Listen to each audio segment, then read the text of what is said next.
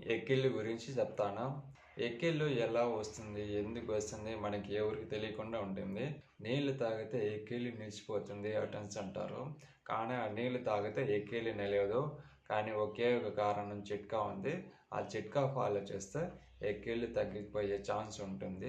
అదేంటంటే తేనె, చక్కెర రెండు కలిపి బాగా మిక్స్ చేసి నోట్లో వేసుకొని సప్పరిస్తూ ఉంటే ఒకే ఒక సెకండ్లో తగ్గిపోతుంది.